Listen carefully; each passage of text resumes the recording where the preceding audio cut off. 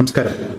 അല്പൻ അധികാരം കിട്ടിയാൽ അർദ്ധരാത്രിയും കുട ചൂടും എന്നൊരു പഴമൊഴിയുണ്ട്. നോക്കണേ, ആ പഴമൊഴി എത്ര സത്യമാണ്. നമ്മുടെ പഴയ ആളുകൾ പറഞ്ഞ കാര്യങ്ങളിലൊന്നും പതിരില്ല. അതൊക്കെ വളരെ കൃത്യമാണ്. അത് നമുക്കിങ്ങനെ ബോധ്യപ്പെട്ടുകൊണ്ടിരിക്കുകയാണ്. ഈ കഴിഞ്ഞ ത്രിതല പഞ്ചായത്ത് തിരഞ്ഞെടുപ്പിൽ വിജയിച്ച ആളുകളുടെ സത്യപ്രതിജ്ഞാ ചടങ്ങായിരുന്നു ഇന്ന് കേരളത്തിലുടനീളം. എന്തായാലും കേരളത്തിലുടനീളം ഈ സത്യപ്രതിജ്ഞാ ചടങ്ങ് നടക്കുമ്പോൾ വേറിട്ട ചില കാഴ്ചകൾ നമുക്ക് കാണാൻ കഴിഞ്ഞു.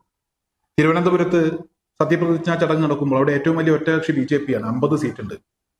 BJPക്കാരായിട്ടുള്ള ചില ആളുകൾ സത്യപ്രതിജ്ഞ ചടങ്ങ് അവർ ആ സത്യവാചകം ചൊല്ലിയത് സംസ്കൃതത്തിലാണ്. നമ്മൾ അങ്ങനെ കാണാറില്ല. അത് പോകട്ടെ, ഇനി എന്തായാലും അതൊരു ഭാഷയാണല്ലോ, അതുകൊണ്ട് നമുക്ക് ആ വിഷയം വിടാം.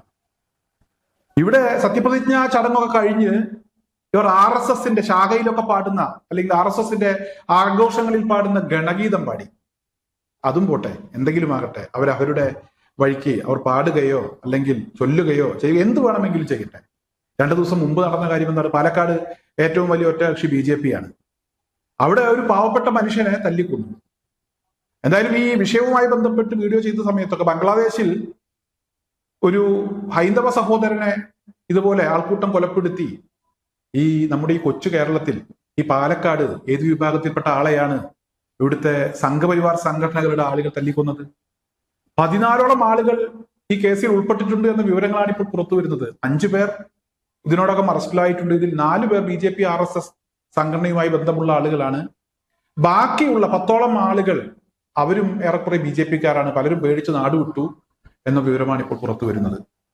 അതായത് അധികാരം കിട്ടുന്നു, അല്ലെങ്കിൽ അവർക്ക് 4 സീറ്റ് കൂടുതൽ കിട്ടുന്നു എന്ന് കണ്ടാൽ ഇവർ അർദ്ധരാത്രിയും കുട ചൂടുകയാണ്, അല്ലെങ്കിൽ അത്തരത്തിലുള്ള കോപ്രായങ്ങൾ കാട്ടിക്കൂട്ടുകയാണ്. എന്തായാലും ഇനി നമുക്ക് വരുന്നത് പോലെ കാണാം എന്നതല്ലാതെ മറ്റൊന്നും പറയാൻ കഴിയില്ല. എന്തോ ആകട്ടെ, മറ്റൊരു വിഷയം കൂടെ എനിക്ക് ഇന്ന് എന്റെ ശ്രദ്ധയിൽപ്പെട്ടു. അതുകൂടെ ഞാൻ നിങ്ങളുടെ ശ്രദ്ധയിലേക്ക് കൊണ്ടുവരികയാണ്. ഇവിടെ സുപ്രീം കോടതിയൊക്കെ നേരിട്ട് ഹാജരാകണം, മാപ്പപേക്ഷ തരണം എന്ന് പറഞ്ഞൊരു വിദ്വാനുണ്ട്, നമ്മുടെ ബാബ രാംദേവ്. ഡൽഹിയിലെ ഒരു ബിസിനസ്സുകാരനും അതുപോലെ തന്നെ യോഗയുടെ ഒക്കെ ആളാണ്. ഇദ്ദേഹം ഒരു പരിപാടിക്കിടെ അവിടെ ഒരു മാധ്യമ പ്രവർത്തകനെ ഇദ്ദേഹം വെല്ലുവിളിച്ചു. ഞാനുമായി ഒന്ന് ഗുസ്തി പിടിക്കാനുണ്ടോ, നമുക്കൊരു കൈ നോക്കാം എന്നൊക്കെ പറഞ്ഞുകൊണ്ടാണ് വെല്ലുവിളിച്ചത്.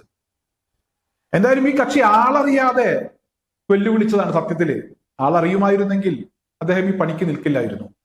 സംഗതി, ഈ മാധ്യമ പ്രവർത്തകൻ ഇയാളുടെ വെല്ലുവിളി സ്വീകരിച്ച് ഇറങ്ങിച്ചെന്നു. മാധ്യമ പ്രവർത്തകനെ അടിച്ചു മലർത്താം, പെട്ടെന്നങ്ങ് അടിച്ചു മലർത്താം എന്നൊക്കെ വിചാരിച്ച് ഇവിടെ 2-3 ചുവടൊക്കെ വെച്ച് നമ്മുടെ ബാബ രാംദേവ് രംഗത്തെത്തിയപ്പോൾ ബാബ രാംദേവിനെ 1 അല്ല 3 തവണ ഈ മാധ്യമ പ്രവർത്തകൻ അടിച്ചങ്ങ് മലത്തി.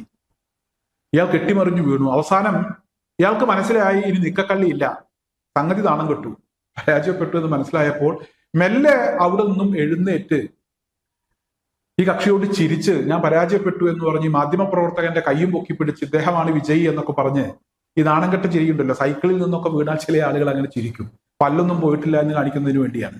അങ്ങനെ ഒരു ചിരിയൊക്കെ ചിരിച്ച് മെല്ലെ അങ്ങ് ഊരി. ഇത്രയേ ഉള്ളൂ ഇപ്പോൾ കാട്ടിക്കൂട്ടുന്ന ഈ കോപ്രായങ്ങളൊക്കെ. അതിന്റെയൊക്കെ ആയുസ് ഇത്രയേ ഉള്ളൂ.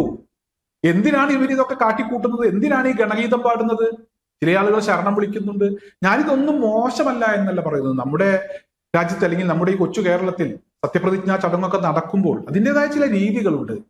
അതിലേക്ക് മറ്റുള്ള ആളുകളെ പ്രകോപിപ്പിക്കുക, പ്രശ്നങ്ങൾ ഉണ്ടാക്കാൻ കഴിയുമോ എന്ന് നോക്കുക, അതിനുവേണ്ടി മനഃപൂർവ്വം ചില ശ്രമങ്ങൾ നടത്തുക.